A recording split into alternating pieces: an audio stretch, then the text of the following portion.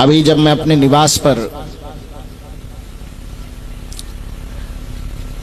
बैठा हुआ था तो वहां कुछ लोग मुझसे मिलने के लिए गए और उन्होंने कहा कि आप लोग जो यहां सत्संग कर रहे हैं ये कौन सी कथा है। चूंकि दुनिया के अधिकांश लोग कथा के बारे में तो जानता है लेकिन सत्संग के बारे में नहीं जानता है। तो उन्होंने मुझसे प्रश्न किया कि आप किस परंपरा से जुड़े हुए। मैंने कहा सदगुरु कबीर साहब की परंपरा से। तो कहा यहां जो हो रहा है ये कौन सी कथा हो रही है। तो मैंने कहा कि आप किस किस कथा का नाम जानते हैं। तो उन्होंने कहा कि मैं शिव कथा जानता हूं, मैं राम कथा जानता हूं, मैं ब्रह्म पुराण की कथा जानता हूं, मैं भागवत पुराण की कथा के बारे में सुना हूं। मैंने कहा आप राम की कथा के बारे में जानते हैं, शिव की कथा के बारे में जानते हैं, कृष्ण की कथा के बारे में जानते हैं, ब्रह्म की कथा के बारे में जानते हैं। जरा यह बताइए कि आप अपनी कथा के बारे में जानते हैं कि नहीं जानते हैं। एक बात याद रखिए कि पूरी दुनिया का कथा जानने के बाद हो सकता है कि थोड़ी देर के लिए मेरा मन संतुष्ट हो, अच्छा लगता हो, लेकिन आप अपने जीवन की व्यथाओं को समाप्त करना चाहते हैं। व्यथा मैंने समझते हैं ना, व्यथा मैंने दुख। व्यथा का मतलब परेशानी, व्यथा का मतलब पीड़ा, व्यथा का मतलब विषाद, व्यथा का मतलब दुख, व्यथा का मतलब संकट।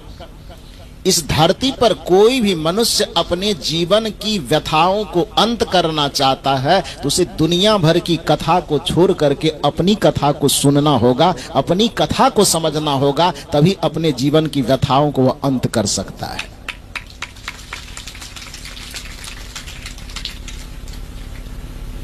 राम जी की कथा राम जी के व्यथा का अंत करने वाला है।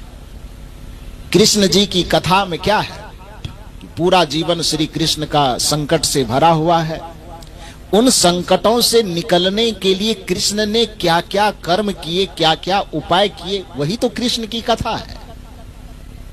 श्री राम के जीवन में जब कोई संकट आया तो उन संकटों को मुस्कुराते मुस्कुराते उन संकटों से निकलने के लिए उन्होंने कौन सा कर्म किया, वही तो श्री राम की कथा है।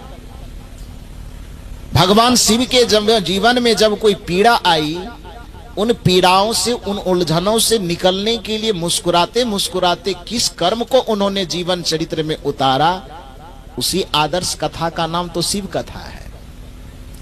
तो मुझसे सवाल किया गया कि आप लोग जो करते हैं वो कौन सी कथा करते हैं। तो मैंने कहा कि यदि आप मोटे तौर पर समझे तो ये प्रत्येक मनुष्य की अपनी कथा है और प्रत्येक अपने मनुष्य के अपनी कथा को सदगुरु कबीर साहब की भाषा में ज्ञान कथा कहा जाता है, धर्म कथा कहा जाता है। धर्म कथा और ज्ञान कथा को किसी विशेष नाम की आवश्यकता नहीं है, क्योंकि ज्ञान सार्वभौमिक चीज है। हो सकता है कि महादेव की कथा हम कहें तो मोहम्मद वाला उसको स्वीकार न करे, हो सकता है कि हम राम की कथा कहें तो रहीम वाला उसको स्वीकार न करे, हो सकता है कि हम श्री कृष्ण की कथा कहें तो करीम वाला उसको स्वीकार न करे, हो सकता है कि हम वेद की कथा कहें तो बाइबिल और कुरान वाले उस कथा को मानने के लिए तैयार न हो सकता है कि कुरान और बाइबिल की कथा कहें, गुरु ग्रंथ साहिब की कथा कहें तो वेद को मानने वाला उसको न माने, हो सकता है कि मैं मंदिर की कथा करूं तो मस्जिद वाले उसको न माने, अथवा मस्जिद की कथा करूं तो मंदिर वाले उसे न माने।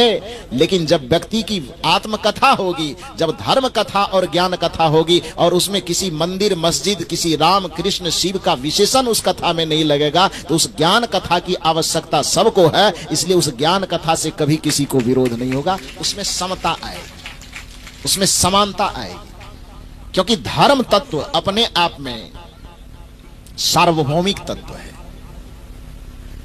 हर चीज को व्यक्ति नकार सकता, लेकिन धर्म को नकार नहीं सकता। किसी भी पंथ का, किसी भी मजहब का कोई व्यक्ति होगा, अग्नि गर्म होता है, अग्नि के इस धर्म को कौन नकार सकता है। बर्फ शीतल होता है, इस सत्य को कौन नकार पाएगा? हिंदू नकारेगा कि मुसलमान? सिख नकारेगा कि ईसाई? चीनी मीठा होता है, इस धर्म को कौन नकारेगा? फूल सुगंध देता है, इस धर्म को कौन नकार सकेगा? सूर्य में प्रकाश छिपा हुआ है, सूर्य में प्रकाश का धर्म है, इस धर्म को कौन नकार सकता है? तो जब भी किसी वस्तु का धर्म होगा, सार्वभौमिक होगा, उसको कोई नकार नहीं पाएगा। उसी तरह से प्रत्येक आत्मा का अपना धर्म है, और आत्मा का धर्म किसी के जीवन में बाधक नहीं बनता। आत्मा के धर्म को कोई नकार नहीं सकेगा। वो आत्मा का धर्म है दया करना, आत्मा का धर्म है क्षमा करना, आत्मा का धर्म है एक दूसरे से प्रेम करना, आत्मा का धर्म है एक दूसरे के प्रति सद्भावना रखना, आत्मा का धर्म है प्राणियों पर करुणा करना, आत्मा का धर्म है एक दूसरे का सम्मान करना। और इस धर्म की आवश्यकता दुनिया में किसको नहीं है।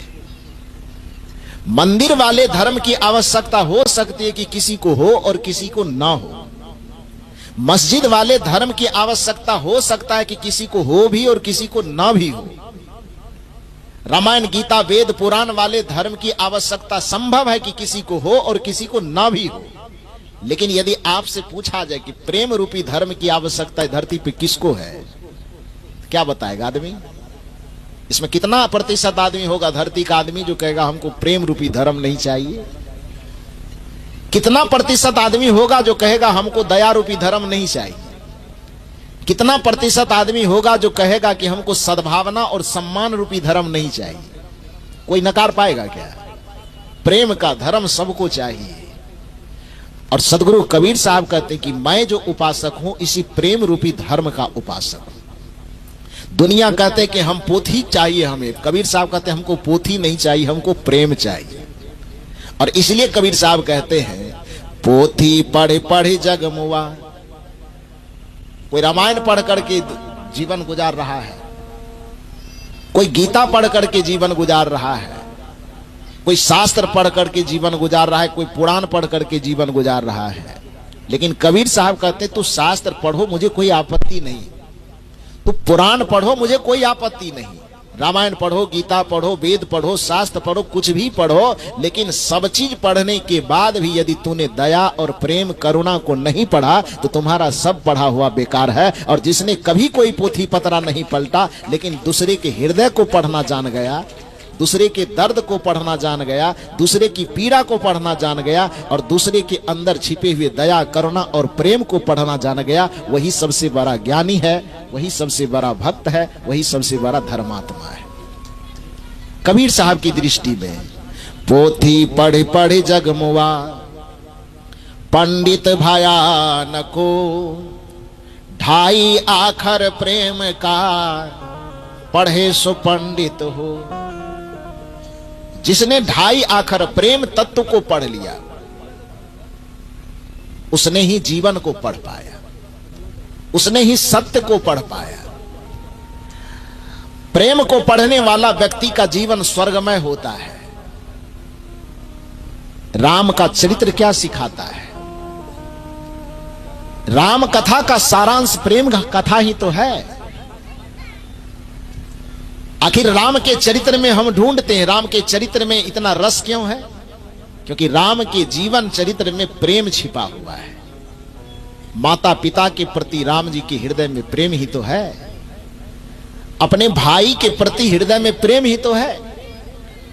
जिस प्रेम के कारण राम जी को राजगद्दी भी छोटी लगती है, जिस प्रेम के कारण अयोध्या जैसा साम्राज्य भी राम जी को छोटा लगता है, उसे लगता है कि राज छूट जाए तो छूट जाए लेकिन भाई का प्रेम नहीं टूटना चाहिए। यह प्रेम ही राम को महान बनाता है, यह प्रेम का चरित्र ही राम कथा को महान बनाता है।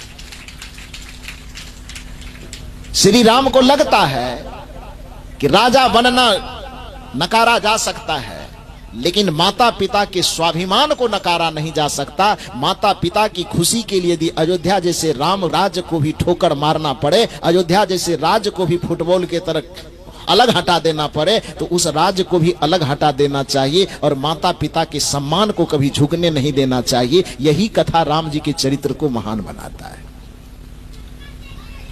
हम उन कथाओं को पढ़ते तो हैं, सुनते तो हैं, लेकिन क्या उन कथाओं को अपने जीवन में उतारने का प्रयास करते हैं? हमारे माता पिता हमसे एक गिलास पानी मांगते हैं तो एक गिलास पानी नहीं दिया जाता है, फिर भी हम दावा करते हैं कि हम राम जी के भक्त हैं। हमारे माता पिता दरवाजे पर पानी के लिए, दवा के लिए, हवा के लिए छटपटाते हैं, उनके दवा पानी का हम ख्याल नहीं करते हैं और केवल मंदिर में जाकर के हम ये दावा करते हैं कि हम भगवान के भक्त हैं। कबीर साहब कहते हैं आपके भक्त होने पर मुझे शक हो रहा है, आपके पूजा पर मुझे शक हो रहा है, आपके पाठ पर मुझे शक हो रहा है कि कहीं आप भगवान की भक्ति, चूंकि भगवान की भक्ति क्या सिखाती है? दो चरित्र आप अपने सामने में रखिए, एक रावण का चरित्र, एक राम का चरित्र। और यदि राम के चरित्र को आप धर्म के रूप में देख रहे हैं तो स्वाभाविक है कि आप रावण के चरित्र को अधर्म के रूप में देखिएगा, क्योंकि दोनों एक दूसरे के विपरीत है। राम का चरित्र यदि आपकी दृष्टि में धर्म का चरित्र है तो राम का चरित्र क्या सिखाता है? प्रातः काल उठी के रघुनाथा, मात पिता गुरु ना वही माथा। ये धर्म का चरित्र यही सिखाता है कि प्रत्येक दिन प्रत्येक व्यक्ति का सबसे पहला कर्तव्य है कि सुबह जब उसकी आंखें खुले तो और किसी देवता का दर्शन करे न करे, सामने में है तो माता पिता और गुरु का दर्शन करके उनके चरणों में विनम्रता पूर्वक अपने शीश को झुका दे। यह है धर्म कथा, यही है राम कथा, यही है कृष्ण कथा, यही है शिव कथा। शुरुआत अपने जीवन की, शुरुआत अपने सूर्योदय की आप इस बात से करें कि माता पिता गुरु के चरण में अपने शीश को विनम्रता पूर्वक झुकावे, और केवल दिखावा के लिए न झुकावे, हृदय सहित झुकावे, सम्मान पूर्वक झुकावे। ऐसा नहीं कि सुबह शाम तो माता पिता के चरण में माथा झुका दिए और यदि खाना खिलाने की बारी आए तो थाली आगे में खिसका दिए। प्रेम से नहीं दे रहे हैं। प्रेम से यदि आप नहीं खिलाएंगे तो अमृत भी आप खिलाएंगे तो वो घास भूसा से ज्यादा कुछ नहीं है। और सूखी रोटी भी खिलाएंगे, आदर और प्रेम के साथ किसी को खिला रहे हैं तो 56 प्रकार के भोजन से ज्यादा बड़ा चीज। एक कहानी में आपसे कहूं, जब श्री राम जी लंका विजय करके अयोध्या लौटे तो अयोध्या में आने के साथ माता कौशल्या का हृदय तो एकदम खिलखिला उठा कि मेरा पुत्र आ रहा है। आज सूचना मिली कि आज ही आ रहे हैं तो माता कौशल्या का हृदय खिलखिला उठा प्रसन्नता से। तो आज मां सोच रही है कि 14 वर्ष के बाद मेरे बेटे मेरे सामने होंगे तो बहुत अच्छा अच्छा भोजन बना करके उसे खिलाऊंगी। और यह सोच करके माता कौशल्या अपने से रसोई में जाकर के अच्छे अच्छे व्यंजन बना रही। कहा जाता 56 प्रकार के भोजन बनाई। अब 56 बनाई कि 28 बनाई, लेकिन बहुत बनाई। और बहुत प्रकार के भोजनों को बनाने के बाद जब राम जी आए तो उसके आगे में बहुत सारी थालियां परोस दी गई, छोटी छोटी। अब बहुत चीज बना है तो थोड़ा थोड़ा ही तो कोई खाएगा। अब राम जी का पेट कोई कुंभकर्ण के जैसा तो होगा नहीं कि पूरे कुटकी डांगे हुलहुली का सारा सामान खा जाएगा। वो कुंभकर्ण ही खा सकता है, राम जी कैसे खाएंगे? तू तो थोड़ा सा खाएंगे। तो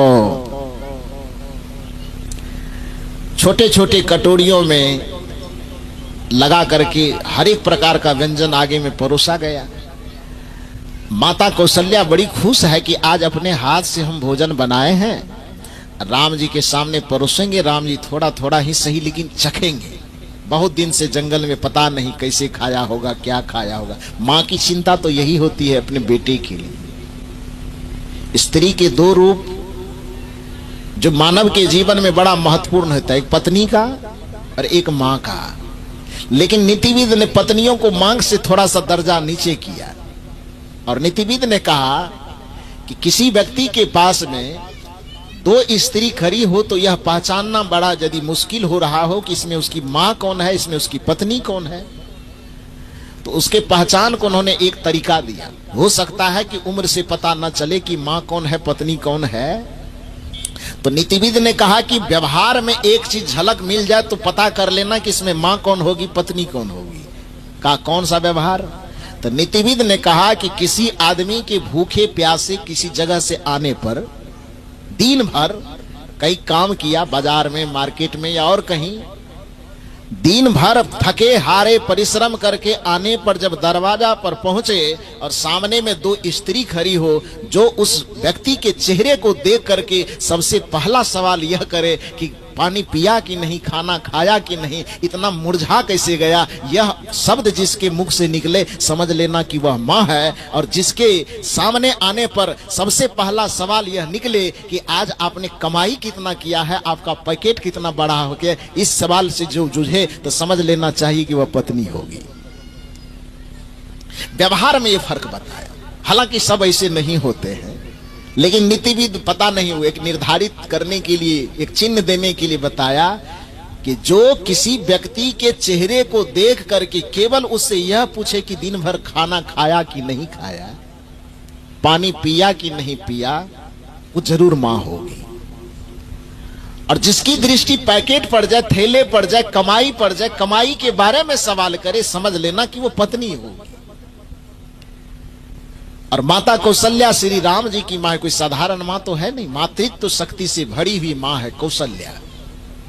कौशल्या होना सबके बस की बात नहीं है। और कदाचित यदि मां कौशल्या हो जाए तो उसके कोख से इस धरती पर राम को आने से कोई नहीं रोक सकता है।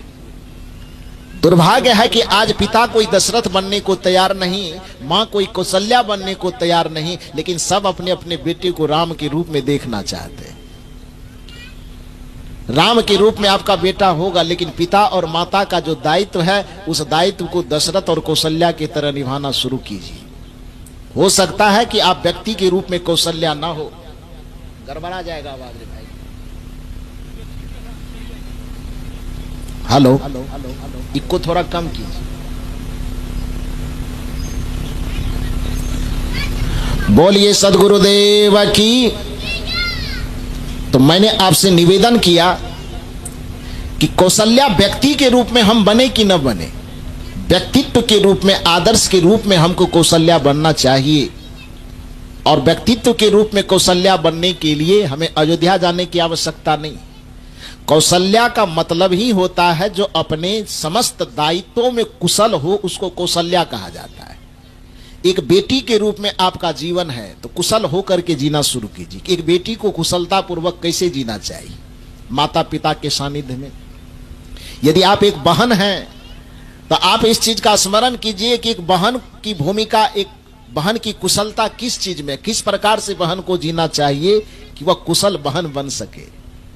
यदि आप पत्नी की भूमिका में हैं तो आप अपने चरित्र में ऐसी कुशलता को अपनाइए कि एक अच्छी पत्नी बनने की भूमिका आपकी तैयार हो सके। यदि आप मां के चरित्र में जी रहे हैं तो अपने मां के चरित्र में ऐसी कुशलता को समाहित कीजिए कि धीरे धीरे धीरे एक सफल मां आप बन सके। आप तो आप एक स्त्री के जीवन की जितनी भूमिका है, चाहे वह बेटी की भूमिका हो, चाहे वह बहन की भूमिका हो, चाहे वह पत्नी की भूमिका हो, कि चाहे मां की भूमिका हो, जीवन के इन चारों भूमिकाओं को जो कुशलता पूर्वक जीने की क्षमता रखता है, उसका नाम चाहे कुछ भी रहे, उसी को कौशल्या कहा जाता है। और जिसने इस कुशलता को जीवन में धारण कर लिया, उसके कोख से राम आएंगे ही आएंगे, उसके कोख से इस धरती पर राम को आना पड़ेगा। क्योंकि पिता यदि दशरथ बन जाए, अब माता यदि कौशल्या बन जाए, तो फिर पिता दशरथ और माता कौशल्या के संजोग से जिस संतान की उत्पत्ति होगी वह राम के जैसे ही होंगे। लेकिन आज धरती पर पुत्र को राम के रूप में तो सब देखना चाहता है, लेकिन कौशल्या बनना कोई मां नहीं चाहती। इसलिए नीतिविद कहते हैं, कलयुग बैठा मार कुंडली, जाऊं तो मैं कहां जाऊं, अब हर घर में रावण बैठा, इतने राम कहां से लाऊं। दोष देता है आदमी कलयुग को। कोई युग खराब नहीं होता, कोई समय खराब नहीं होता, कोई दिन खराब नहीं होता है। व्यक्ति का आचरण खराब होता है, व्यक्ति का कर्म खराब होता है, व्यक्ति का चाल चलन विचार और व्यवहार खराब होता है। जिस दिन व्यक्ति का चाल चरित्र, जिस दिन व्यक्ति का आचरण और कर्म सुधर जाए वही दिन सतयुग है। और जिस दिन व्यक्ति का कर्म आचरण चाल चरित्र विचार व्यवहार और संस्कार बिगड़ जाए वही कलयुग है। जिस व्यक्ति में सात्विकता बढ़ने लगे समझ लेना कि वह व्यक्ति आज भी सतयुग में जी रहा है। और जिस व्यक्ति में तामसिकता बढ़ने लगे, जिस परिवार में तामसिकता बढ़ने लगे, जिस समाज में तमस गुणों का प्रादुर्भाव होने लगे, समझ लेना चाहिए कि उस व्यक्ति में, उस परिवार में, उस समाज में कलयुग का प्रवेश हो रहा है। जिस व्यक्ति में सत्य आने लगे, दया आने लगे, क्षमा आने लगे, प्रेम आने लगे, करुणा आने लगे, तो समय कोई भी रहे, युग कोई भी रहे, समझ लेना चाहिए कि इस व्यक्ति के जीवन में सतयुग का प्रवेश हो रहा है। तो अपने जीवन में सात्विक कर्मों को अपनाना, सात्विक आचरण को अपनाना, सात्विक विचारों को अपनाना, सात्विक संस्कारों को अपनाना ही अपने जीवन में सतयुग को उतारना है। किसी के जीवन में खान पान का कोई विचार नहीं है, रहन सहन का कोई विचार नहीं, बोलने चालने का कोई विचार नहीं है, जीवन जीने का कोई विचार नहीं है, तो चाहे वह व्यक्ति किसी भी युग में जी रहा हो फिर भी वह कलयुग में ही जी रहा है। किसी भी समय में जी रहा हो फिर भी वह कलयुग में जी रहा है। तो इसलिए आदमी समय को दोष देता है कि कलयुग बैठा मार कुंडली। ये कलयुग कोई कुंडली मार करके नहीं बैठा हुआ है, व्यक्ति का बुरा कर्म कुंडली मार करके बैठा हुआ है। लेकिन फिर भी भजन बनाने के लिए लोगों ने बनाया, कलयुग बैठा मार कुंडली, जाऊं तो मैं कहां जाऊं, अब हर घर में रावण बैठा, इतने राम कहां से लाऊं। तो इतने राम कहां से लाऊं, ये सवाल जो आपके मन में दोहरा रहा है, तो यह मंच आपको एक संदेश देता है। कदाचित इस संदेश को आप समझ सकें और अपना सकें। वह संदेश है, यदि आपके मन में सवाल है कि आज इतने राम मैं कहां से लाऊं, तो उसका एक ही उपाय है कि जिस दरवाजे से होकर के, जिस मातृत्व शक्ति से होकर के, जिस पिता के संजोग से इस धरती पर राम आते हैं, सबसे पहले उस माता और पिता को कौशल्या और दशरथ के रूप में जीवन जीना शुरू कर देना चाहिए, तो शायद बहुत सारे राम आ जाएंगे। लेकिन ऐसा तो हम करते नहीं।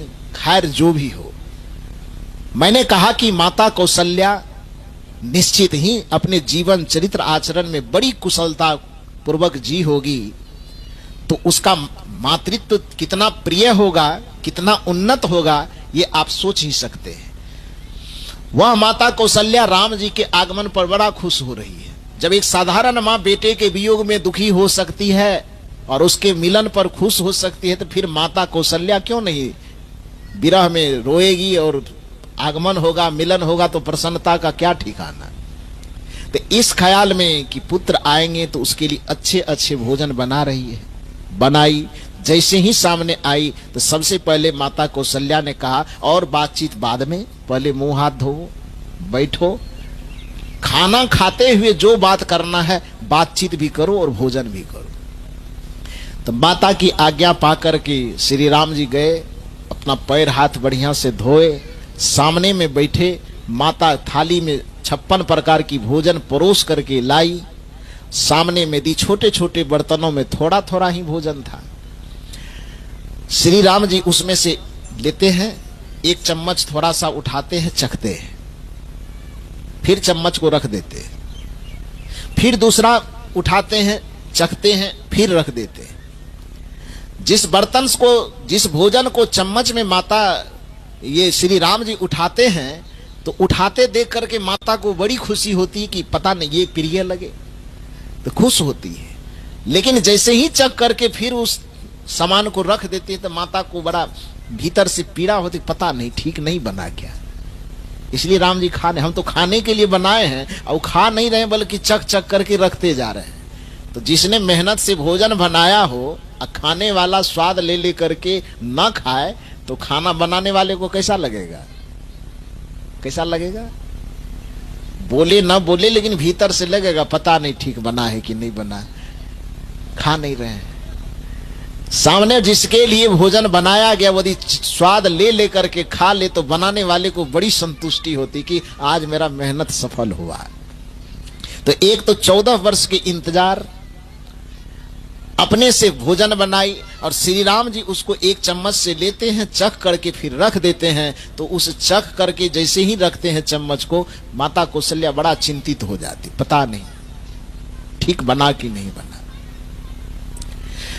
लेकिन सब चम्मच को चखते चखते जब रखते जाते हैं, खा नहीं पाते हैं राम जी, तो माता कौशल्या अंत में पूछ बैठती है कि बेटा एक बात पूछूं, ये भोजन तुम खा नहीं रहे हो, ग्रहण नहीं कर रहे हो, बताओ जरा सा कि भोजन बढ़िया नहीं बना है क्या? तो श्री राम जी मुस्कुरा करके कहते, मां आपके हाथ से बनाया हुआ भोजन ठीक बना है कि नहीं बना, ये तो सवाल ही बेकार है। आपके जैसी मां के हाथ से यदि किसी को जहर भी मिल जाए, शायद वह जहर भी तीता न लगे, वह जहर भी अमृत से ज्यादा मीठा लगे, अमृत भी अमृत से ज्यादा स्वादिष्ट लगे। मां के हाथ का बना हुआ भोजन तो वैसे भी दुनिया के हर एक बच्चे को प्रिय होता है, लेकिन आप कौशल्या हो, मेरा नाम राम है, तो आपके हाथ से बना हुआ कोई भी भोजन होगा वह अप्रिय नहीं हो सकता, उसमें एक अजब स्वाद होगा। तो यह सवाल बेकार है कि स्वादिष्ट बना है कि नहीं बना है। तो फिर माता कौशल्या ने पूछा कि यदि स्वादिष्ट बना ही है तो फिर थोड़ा थोड़ा चख करके रखते क्यों जा रहे हो? यहां पर सुनिए श्री राम जी क्या कहते हैं। श्री राम जी कहते हैं कि देखो मां के हाथ का बना हुआ हर एक भोजन स्वादिष्ट तो होता है, लेकिन 14 वर्ष जंगल में रहने के दरमियान जब मैं जंगल में भटक रहा था तो भटकते भटकते मुझे माता सबरी का दर्शन हुआ था। और माता सबरी चूंकि जंगल में रहने वाली एक सन्यासिनी थी, आपके तरह राज वैभव उसके पास नहीं था, 56 प्रकार भोजन बनाने की उसके पास व्यवस्था नहीं थी। उसके बावजूद भी एक मातृत्व हृदय से भरा हुआ उसके कुटिया पर जब हम गए तो वह हमको भोजन करवाने के लिए दौड़ करके जाती है जंगल में, और वहां पर जाकर के बैर लाती है चुन चुन करके, और वह बैर चुन चुन करके लावे, उसमें भी अच्छा स्वाद उसमें है कि नहीं है उस चीज को जांचने का उसके पास तो कोई थर्मामीटर नहीं था।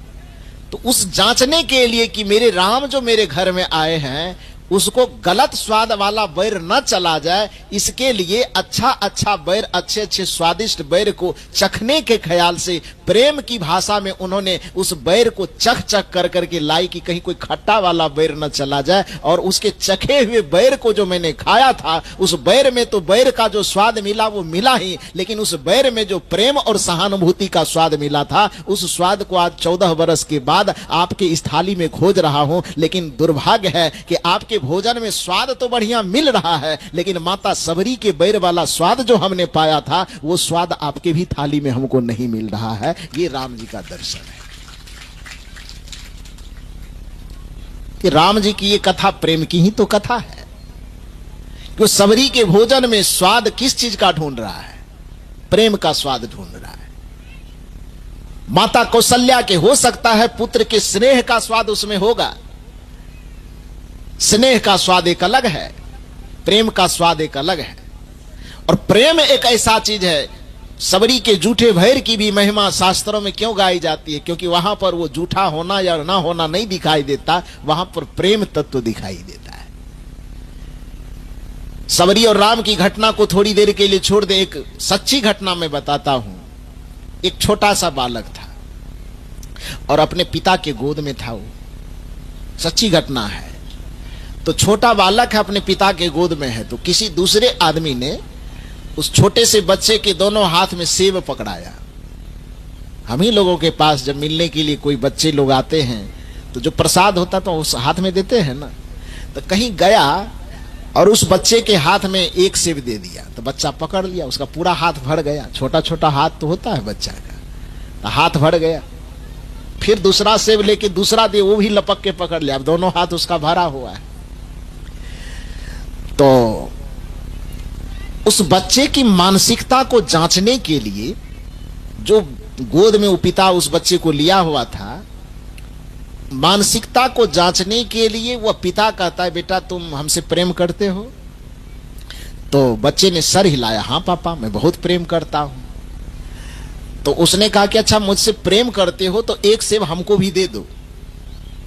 तो स्वाभाविक कुछ बात ऐसी होती है साइकोलॉजी बच्चे का कि वो प्रेम की भाषा वो अलग समझे, लेकिन सामान कोई किसी को देना नहीं चाहता है। देना चाहता है? नहीं देना चाहता। नहीं नहीं नहीं, ये सामान नहीं देंगे, मेरा है। बच्चे के अंदर ये जिद थोड़ा ऐसा होता है कि उसको लगता है कि जो खिलौना मिल गया, इस खिलौने पे मेरे अलावा किसी दूसरे का अधिकार नहीं होना चाहिए, जो कुछ है बस मेरा ही है। बच्चे के गोद में यदि अपने मां के गोद में किसी दूसरे बच्चे को देख ले तो बच्चे को बच्चा सब नोच पहुंच लेता है, नोचता है ना तब तो एक भाव उसका होता है। तो उस बच्चे से पिता ने कहा कि बेटा हमसे प्रेम करते हो? बच्चे ने कहा हाँ पापा प्रेम करते हैं। तो उसके मनोभाव को जांचने के लिए पिता ने कहा कि हमसे प्रेम करते हो तो ये एक सेब हमको दे दो। तो बच्चा क्या किया, वो हाथ में जो सेब था ना, एक हाथ में, उस सेब में दांत काट लिया। वो तो दांत काटा, वो तो पिता सोचा कि शायद इस हाथ वाला सेब हमको नहीं दिया,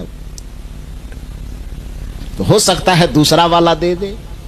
तो दूसरे हाथ में जो सेब था, पिता ने कहा अच्छा ये नहीं दोगे, इसमें आप दांत काट लिए हो, नहीं दोगे तो दूसरे हाथ में जो सेब रखे हो वही दे दो। तो बच्चा जैसे ही देखा कि दूसरा वाला सेब मांग रहा है, दूसरे वाले सेब में भी दांत काट दिया वो। तो पिता को लगा कि दोनों सेब में ये दांत काट करके कहना यह चाहता है कि ये दोनों में से हम कोई आपको देने वाले नहीं है। पिता के मन में ये हुआ कि यही ये बच्चा कहना चाहता हो कि नहीं नहीं नहीं, दोनों सेब हम ही खाएंगे, इसमें से कोई सेब, प्यार करते हैं आपसे लेकिन हम सेब देने वाले आपको नहीं है। पिता के मन में ये भाव हुआ। बस जांचने के लिए चूंकि पिता यह पूछ रहा था कि प्रेम करते हो तो एक सेब हमको दे दो। अब बच्चे ने दोनों तरफ, पिता ने इशारा किया कि ये वाला दे दो तो उसमें दांत काट लिया, दूसरे वाला दे दो तो दूसरे सेब में दांत काट लिया। पिता के मन में हुआ कि बच्चा कहना चाहता है कि हम कोई सेब आपको देने वाले नहीं हैं। यह सोच करके पिता थोड़ा सा चिड़चिड़ाया और बच्चे को गोद से नीचे गिरा दिया। जाओ, नहीं लेंगे गोद में। एक सेब मांग रहे हैं तो सेब नहीं दिया जा रहा है, कैसे प्रेम करते हो? कोई प्रेम नहीं करते हो। थोड़ा नाराजगी दिखाया, बच्चे पर गिरा दिया, नीचे गिरा दिया। तो बच्चा रोते रोते तुतली भाषा में कहता है, सेब बढ़ाता है दाएं हाथ वाला। तो दायां हाथ वाला सेब बढ़ाया तो पिता पूछता है उससे कि जब ये देना ही था तो गिराने से पहले दे देता तो नहीं गिराते, चोट नहीं लगती ना। तो बच्चा तुतली भाषा में कहता है कि देना तो हम दोनों चाहते। स्पष्ट, हमारी आवाज स्पष्ट है, बच्चे की आवाज ऐसी नहीं है। बच्चे अपनी तुतली भाषा में कहता है कि जैसे मेरे प्रेम की परीक्षा के लिए आपने सेब मांगा पिताजी, देना तो हम दोनों चाह रहे थे। तो पिता ने पूछा जब देना दोनों चाह रहे थे तो दोनों में दांत काट करके जूठा क्यों किया? उस बच्चे ने कहा कि हमने जूठा नहीं किया, बल्कि इसको चख करके हम देखना चाह रहे थे कि मीठा सबसे ज्यादा कौन है, और जो सबसे ज्यादा मीठा होगा वही मैं अपने पिताजी को दूंगा, ये मैं देखना चाह रहा था। ये जूठा करने के ख्याल से मैं नहीं खाया। तो मेरे पास और कोई थर्मामीटर तो है नहीं कि दो ठो मेरे पास है, और पिताजी पूछ रहे हैं कि मुझसे प्रेम करते हो तो कोई एक सेब दो। तो अब प्रेम की परीक्षा ही देना तो मीठा वाला परीक्षा देंगे ना। अब कोई खट्टा होगा वही दे दे, तो पता कैसे चले कि प्रेम करते हैं? अब वो खट्टा है कि मीठा है, इसको जांचने के लिए उस बच्चे के पास कोई थर्मामीटर तो है नहीं। एक ही थर्मामीटर है कि उसको चख के देखेगा तभी पता चलेगा कि खट्टा है कि मीठा है।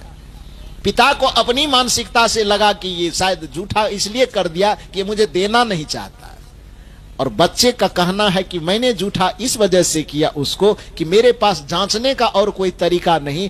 आपसे मैं प्रेम करता हूं कि नहीं करता हूं यह बताने के लिए आपको कोई मैं मीठा फल देना चाहता था, लेकिन उसमें मीठा को मैं जांचूं कैसे? तो एक ही उपाय था कि मैं चख करके देख लो कि दोनों में से सबसे ज्यादा मीठा कौन है, और जो सबसे ज्यादा मीठा लगा दायां हाथ वाला मीठा है, यही लीजिए, यही मैं आपको देना चाहता था।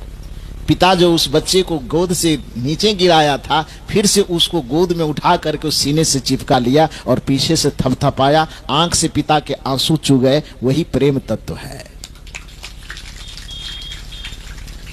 तो प्रेम सामग्री में नहीं होता, प्रेम एक भाव में होता है। और इस यह प्रेम रूपी धर्म दुनिया के हर एक मनुष्य को चाहिए। केवल मनुष्य को नहीं चाहिए, जानवर आपके दरवाजे पे रहता, उसको प्रेम नहीं चाहिए। पिंजरे में बंद पक्षी होता है, जो आसमान में उड़ने वाला पक्षी है, वह आपके घरों के पिंजरे में रहना स्वीकार कर लेता है। कौन चीज के कारण? प्रेम के कारण ना। जो कुत्ता सड़कों पर घूम करके आजादी महसूस कर सकता है, वह कुत्ता आपके दरवाजे पर जंजीर में बैठ करके रहना पसंद करता है। किस चीज के कारण?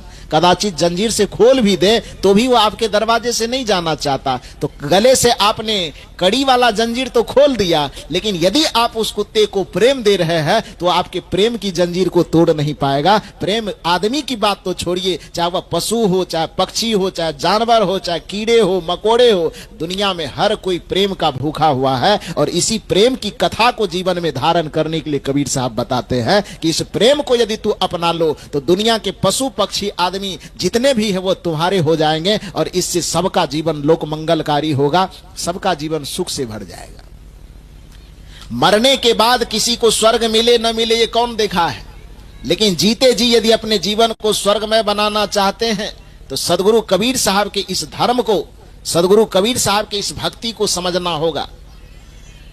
मरने के बाद स्वर्ग, मुक्ति, मोक्ष, वैकुंठ किसको मिला किसको नहीं मिला, इसका जांच पड़ताल कौन करने जाता है। लेकिन जीते जी आपका जीवन स्वर्ग है कि नरक है, इसका जीते जी इस धरती पर आप स्वर्ग में जी रहे हैं कि नरक में जी रहे हैं, यह आपके जीवन को देख करके पता चलता है। मरने के बाद स्वर्ग मिले न मिले इसकी परवाह करना छोड़ करके अपने जीवन को यदि आप स्वर्ग बनाना चाहते हैं, अपने जीवन को सुखी बनाना चाहते हैं, तो उसके लिए आपको अपनी कथा पढ़नी पड़ेगी। और आपकी अपनी कथा क्या कहती है? मृदुबानी सुंदर बरताव, ये प्रत्येक व्यक्ति की कथा है। मृदुबानी सुंदर बरताव सभी गुणों की खान है, प्रेम की गंगा बहे जहां पर वह घर स्वर्ग समान है। प्रत्येक व्यक्ति की यह कथा है कि मृदुवाणी, उनकी वाणी मीठी हो, इसकी जरूरत धरती पर किसको नहीं है? बताइए तो, राम वाले को कि कृष्ण वाले को कि कबीर वाले को कि शिव वाले को, किसको नहीं है? वाणी प्रत्येक आदमी की मीठी हो, इसकी जरूरत दुनिया में किसको नहीं है? हिंदू को जरूरत नहीं है, मुसलमान को जरूरत नहीं है, सिख को जरूरत नहीं है, ईसाई को जरूरत नहीं है, स्त्री को जरूरत नहीं है, पुरुष को जरूरत नहीं है। ये धरती के जितने मनुष्य हैं, संपूर्ण मनुष्य को मीठी वाणी की जरूरत है।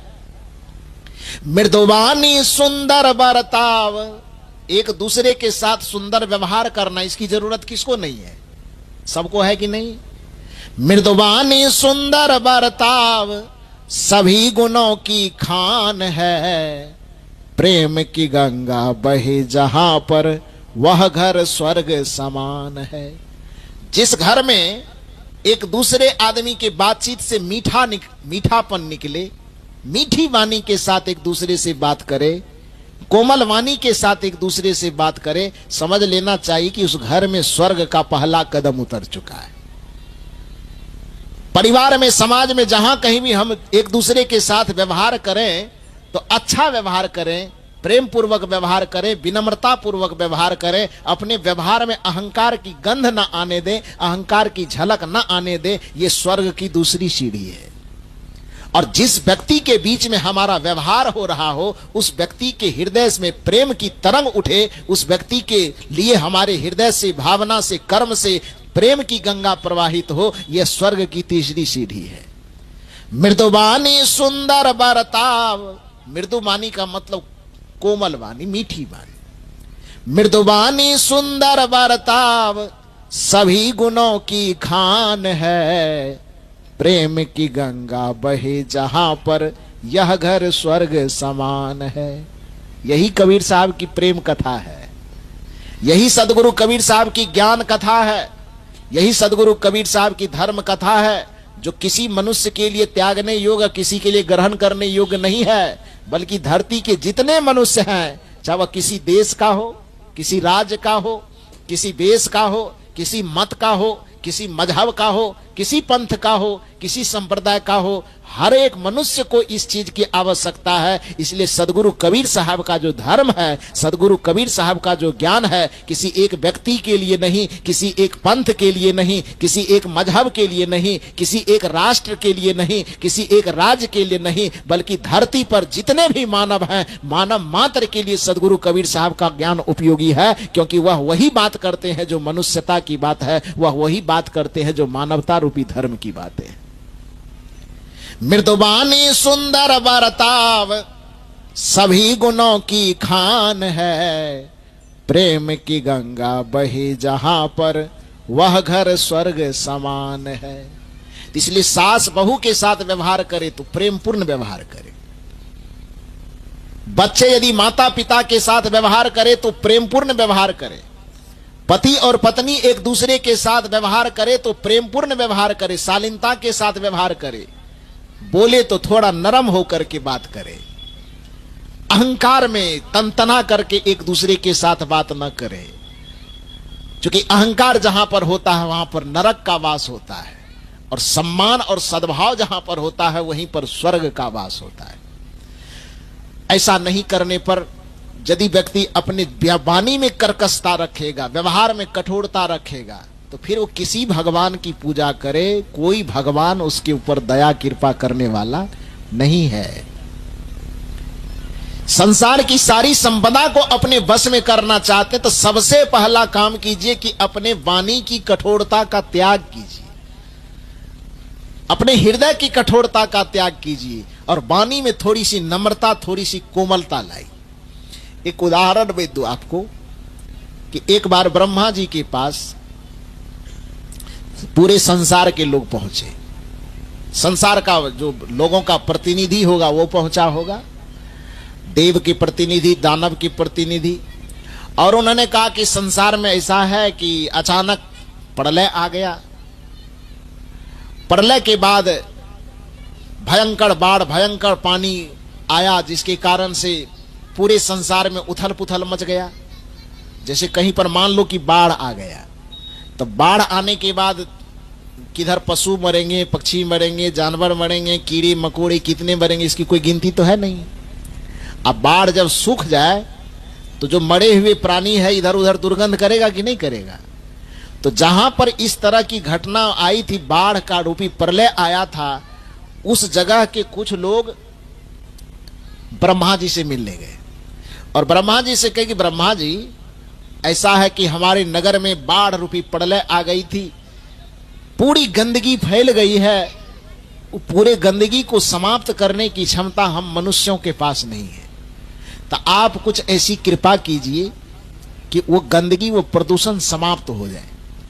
तो ब्रह्मा जी ने कहा कि ठीक है, यदि ऐसा है तो हम कुछ कोशिश करते। अब कोशिश करने के क्रम में क्या किए, तो जितना कौवा होता, कौवा समझते हैं ना, पक्षी, उस सब कौवा को ब्रह्मा जी ने आदेश दिया, एक जगह बुलवाया, उस सब कौवा इकट्ठा हुआ। ब्रह्मा जी ने कहा देखो जी, कुटकुट डांगी हुलहुली में बाढ़ की घटना घटी थी और वहां पर भयंकर एकदम प्रदूषण फैल गया है, गंदगी फैल गई है, हुलहुली वाले लोग उसको समाप्त नहीं कर पा रहे हैं, मीटिंग बैठा करके मेरे पास आए हैं, तो जाओ मेरा आदेश है, कुटकुट डांगी हुलहुली में जितनी गंदगी मिले तुम सब मिल करके उसको साफ कर देना। तो कौओं ने कहा कि अब ब्रह्मा जी आपकी जो आज्ञा होगी वो तो माननी पड़ेगी। सब कौवा आया और वो तो चूंकि सफाई का उसको अभ्यास है कौवा को, तो सब मिल करके जब वो काम करना शुरू किया, धीरे धीरे धीरे धीरे पूरी गंदगी को समाप्त कर दिया। जब पूरी गंदगी समाप्त हो गई, फिर लौट करके सब कौवा जाता है ब्रह्मलोक। ब्रह्मा जी ने पूछा सब सफाई हो गई? सब कौवा ने कहा हाँ महाराज सब सफाई हो गई। तो ब्रह्मा जी कहते हैं कि अब संसार के जो प्रतिनिधि हैं उनको बुला करके पूछना होगा। तो उनसे पूछा कि भैया ये लोग तो कह रहा है कि सफाई कर दिए, सब कौवा में कह रहा है, आप लोग बताइए आपके इलाके की सफाई हुई कि नहीं हुई?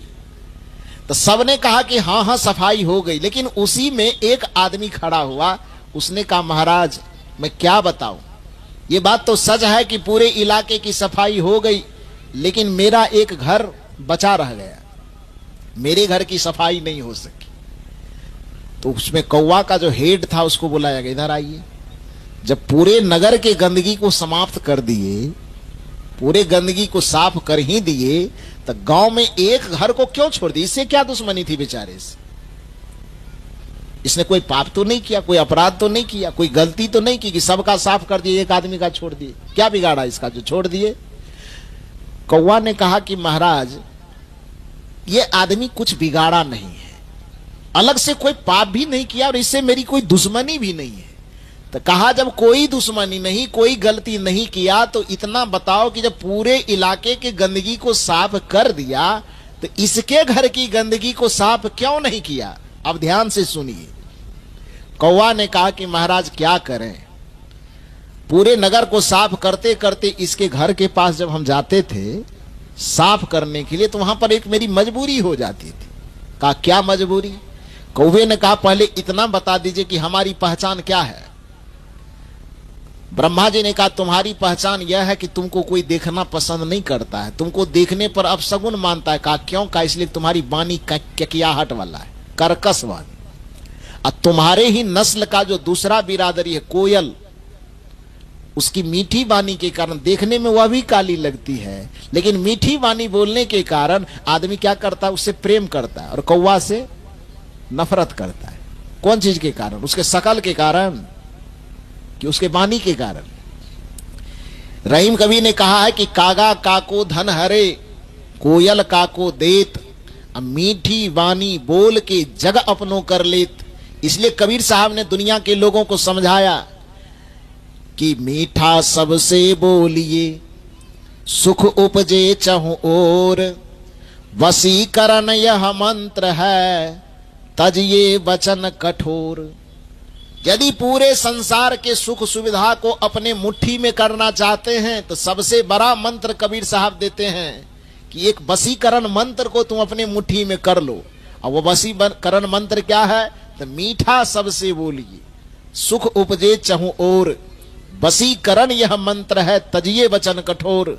नीतिविद कहते हैं कि जिस व्यक्ति को मीठा बोलने का मंत्र आ गया, यदि वह तीखा लगने वाला मिर्ची को भी बेचना चाहता है, सड़क के किनारे तीखा मिर्ची बेचने के लिए बैठ जाए, और यदि उसके वाणी में मिठास है, तो अपनी मीठी वाणी के कारण सड़क के किनारे बैठ करके भी तीखा मिर्ची को बेच सकता है, आसानी से बिक जाएगा।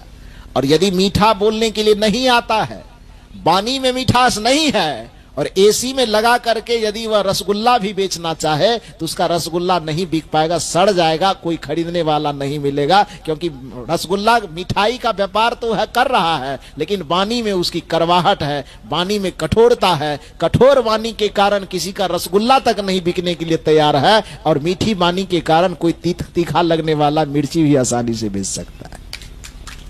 इसलिए सबसे पहले व्यक्ति को अपने वाणी में सुधार करना चाहिए। यह कबीर साहब की कथा है, ये कबीर साहब की ज्ञान की कथा बताते हैं जो सबको जरूरत है, इससे कोई भेदभाव नहीं कर सकता।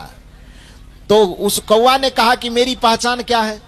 ब्रह्मा जी ने कहा कि तुम्हारी पहचान है कि तुम कठोर बोलते हो, कड़कस काय काय काय काय करते हो, इसलिए जब भी किसी के घर दरवाजे पे जाते तो आदमी ढेला मार करके तुमको भगा देना चाहते। कौवा ने कहा हाँ यही तो मैं जान रहा हूं कि मेरी पहचान कर्कश बोली के कारण है। काय काय काय काय करते हैं तो कोई भी मेरी आवाज सुनता है, बस जो भी हाथ में मिलता है ढेला लेकर के फेंक दो, भागो अब शगुन हो जाएगा। उस कौवा ने कहा ब्रह्मा जी मैं यही बताना चाहता हूं कि मैं इस पूरे गांव की सफाई करते करते जब इसके घर में मैं उतरने जाता था, तो इसके घर में जो सास थी, ननद थी, भौजाई थी, देवरानी थी, जेठानी थी, पति थे, पत्नी थे, सब हमेशा आपस में जब भी हम सुबह उतरे कि शाम उतरे, सब आपस में झगड़ा करते करते इतना ककियाता था आपस में कि हमको लगता था कि भैया हम तो ककियाने के कारण कौवा है, हम तो अकेले इसके घर में उतरना चाहते हैं, लेकिन इसके घर में तो 10 ठो कौवा पहले से ककिया रहा है, तो हमको उतरने की क्या जरूरत है।